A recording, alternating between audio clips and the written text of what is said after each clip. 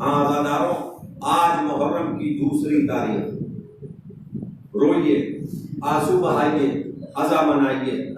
بے شک اس وقت حکومت کے اعتبار سے جو بندشیں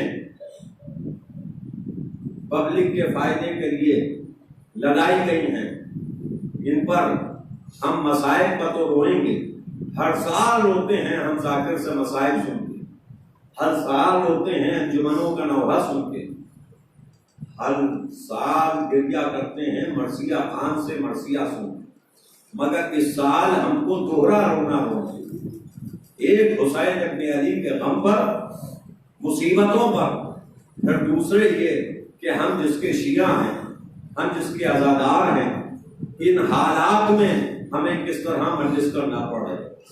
مگر عزیزوں، ایک بات کی طرف اشارہ کر کے کوشش یہ کر رہا ہوں کہ آپ کے آنکھوں میں آنسوؤں کا دریا نہیں بلکہ سمندر جاری ہو۔ تاریخ بتاتی ہے کہ حسین ابن علی سن 61 ہجری 10 محرم کو شہید ہوئے۔ 11 محرم سن 61 ہجری کو یتیم کے ہاتھوں میں ہتھکڑیاں، پاؤں میں بیڑیاں، گلے میں خاردار دو ڈالی گئی۔ عزاداروں، اس سال محرم ہم جس طرح منا رہے ہیں یہ ہماری مجبوری ہے، مگر ہم مجبور ہیں نا۔ چوتھا امام تو مجبور نہ تھا، مگر چوتھے امام نے کیسا صبر کیا۔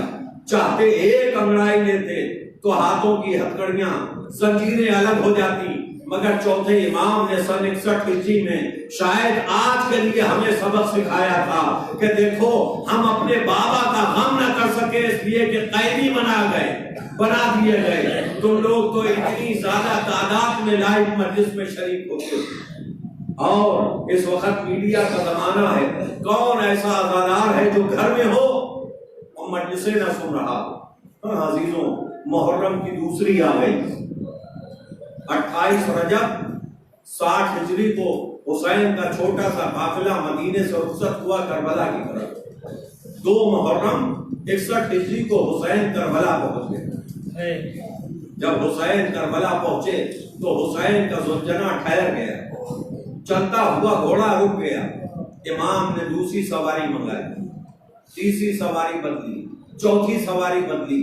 روایتیں موجود ہیں کتابوں میں، علماء نے لکھا ہے کہ 7 سواریاں جب امام حسین تبدیل کر چکے اور 7ویں سواری بھی آگے نہ بڑھی تو جناب عباس کو قریب بلایا، کہا بھیا یہاں کے رہنے والوں کو بلاؤ۔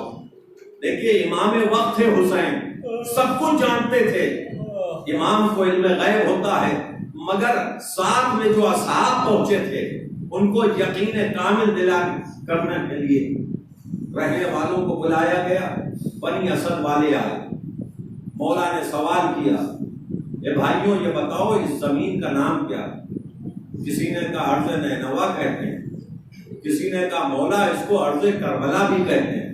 جیسے ہی کربلا کا نام آیا، امام حسین زنجنے کی زین سے زمین پر تشریف لائے اور کہا عباس میری منزل آ گئی، خیموں کو لگا دیا جائے، محملوں سے بیویوں کو اتارا جائے۔ ابھی آپ مرثیہ سن رہے تھے، زیادہ زحمت نہیں دینا ہے، آج 2 محرم ہے، جو زندہ رہے گا وہ اگلے سال اس مسائل کی روایت پہ گریہ کرے گا۔ تاریخ بتاتی ہے جناب عباس نے خیموں کا انتظام کیا، خیمے لگ گئے۔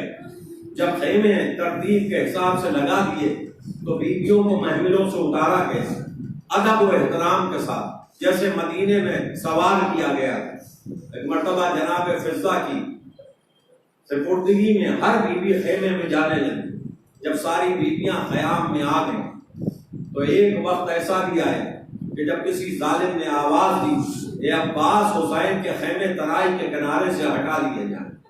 بس یہ سننا تھا، علی کے شیر کو غیظ آ گئے، نیام سے تلوار کو برہنہ کیا، میدان میں آ گئے۔ آواز کی کس میں اتنی ہمت ہے کہ جو عباس جیسے غلام کی زندگی میں آقا حسین کے خیمے ترائی کے کنارے سے ہٹائے؟ بس یہ سننا تھا۔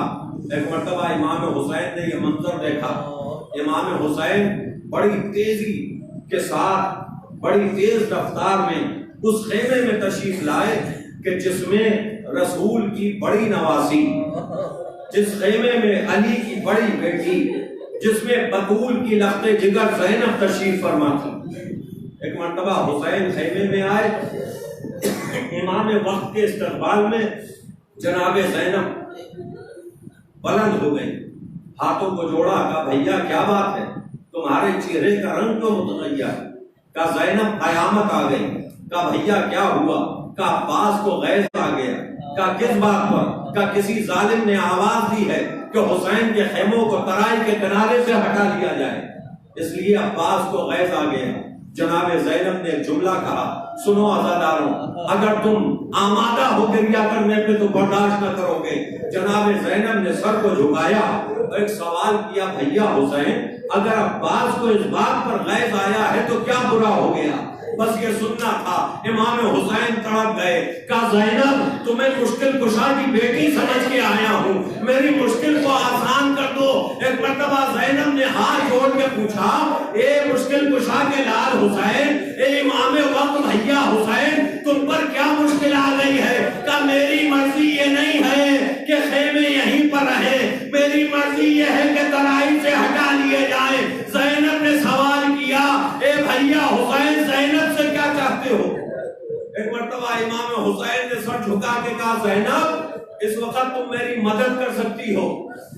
کہا حسین تمہاری مدد کے لیے تو ہم نے مدینہ چھوڑ دیا، اے بھیا حسین تمہاری مدد کے لیے، تمہارا ساتھ دینے کے لیے اپنا بیمار شوہر چھوڑ کے آئی ہوں، اے بھیا میں تمہارے کیا کام آ سکتی ہوں؟ کہا زینب بس اتنا کر لو کہ فضہ کو تیرے قیام پر بھیج کے عباس کو خیمے میں واپس بلا لو، بس یہ سننا تھا۔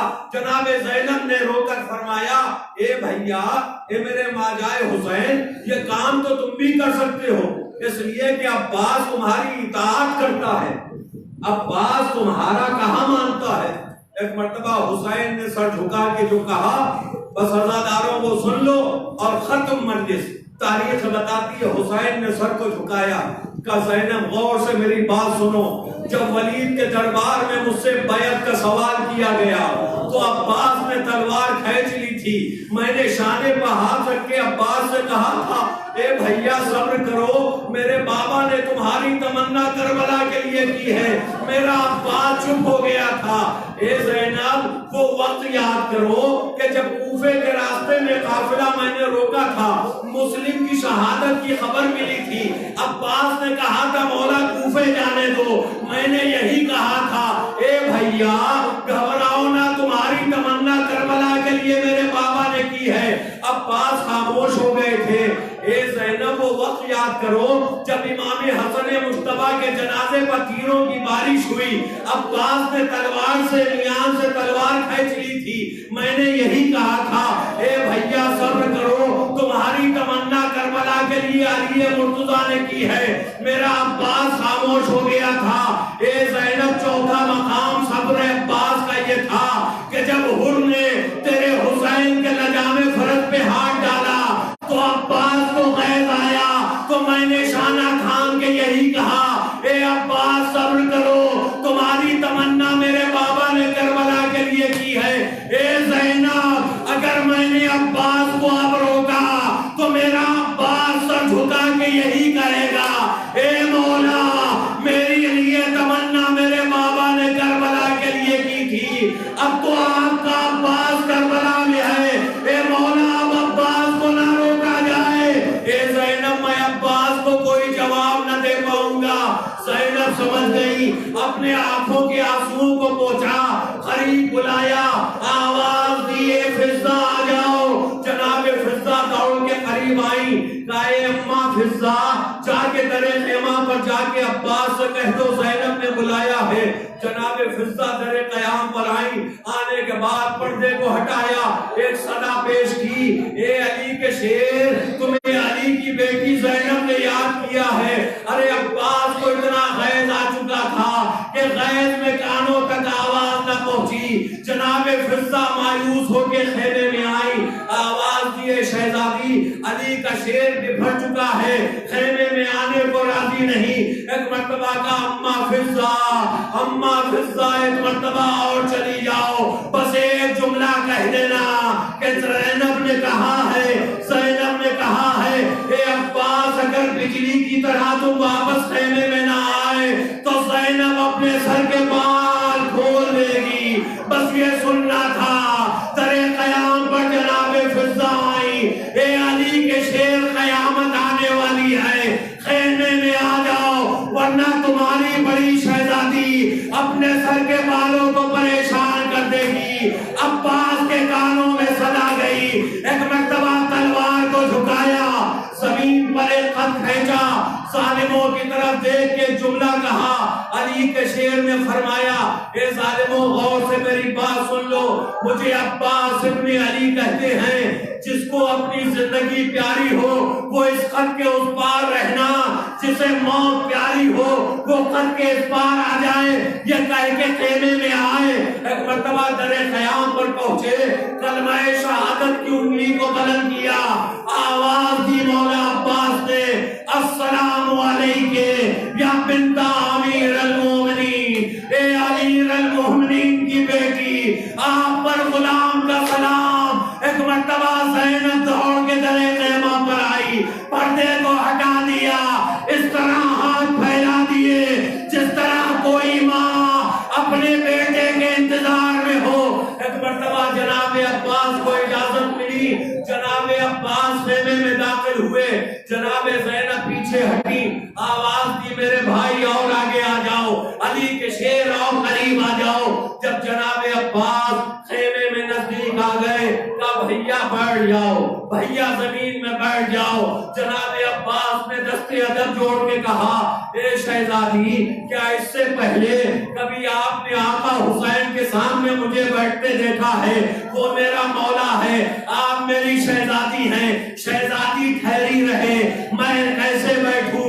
اے شہزادی میری التجا یہ ہے کہ آپ تشریف رکھیں. جناب زینب زمین پر بیٹھ گئی. ایک مرتبہ جناب عباس نے ایسے خاک پر گھٹنے ٹیکے جیسے کوئی نمازی مصلی پر تشہد کی شکل میں بیٹھتا ہے, سلام پڑھنے کے لیے بیٹھتا ہے. کہا شہزادی کیا حکم ہے؟ ایک مرتبہ جناب زینب نے کہا اے بھیا عباس, تمہیں یہ تو یقین ہے نا کہ میں حسین کو کتنا عزیز جانتی ہوں. کہا مجھے یقین ہے آپ حسین پر جان کو قربان کر سکتی ہیں. آپ اپنے حسین کے لیے مدینہ چھوڑ کے کربلا آ گئی, بس یہ سننا تھا. کہا بھیا میری عزت کا سوال ہے. ایک مرتبہ جناب عباس کی آنکھوں میں آنسو آ گئے. کہا شہزادی ایسے جملے نہ کہو ورنہ میں اپنی اماں کو کیا منہ دکھاؤں گا. اے شہزادی حکم دیجئے, مجھے معلوم ہے کہ آپ نے کیوں بلایا ہے, مگر جب تک شہزادی کا حکم نہیں سنتا میں آگے سبقت کرنے سے مجبور ہوں. شہزادی کیا حکم ہے؟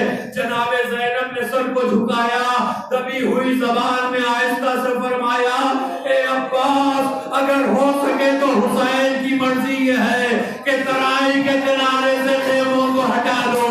پر جناب عباس کھڑے ہو گئے, اپنی تلوار کو اٹھایا, زینب کی چادر کا صدقہ اتارا, اپنے گھٹنوں پر رکھے, دو حصوں میں تلوار کو تقسیم کر دیا. جناب عباس کے قدموں میں تلوار کے ٹکڑے ڈالے, خیمے کا پردہ ہٹایا, عباس خیمے کے باہر جانے لگے. بس سنو آزاداروں ختم مجلس. ایک مرتبہ جناب زینب نے آواز دی اے بھیا اپنی تلوار تو لیتے جاؤ. جناب عباس نے رو کے کہا اے شہزادی اب تلوار کیا کام کرے گی, اب تو عباس کے ہاتھوں سے خیمے ہٹنا ہے. خیمے کے در پر آئے, عباس زمین پر بیٹھے, اپنے گھٹنوں کا سر رکھا, ساروں قطار رونا شروع کیا, نجف کا رخ کیا. اے بابا علی مرتضیٰ, کیا اسی دن کے لیے تمنا کی تھی؟ علی اکبر آگے بڑھے, اے چچا کیوں روتے ہو؟ کہا خیمے میں جا کے اپنی پھوپھی سے پوچھو, ہمیں حکم دیا گیا ہے کہ ترائی کے کنارے سے خیموں کو ہٹا.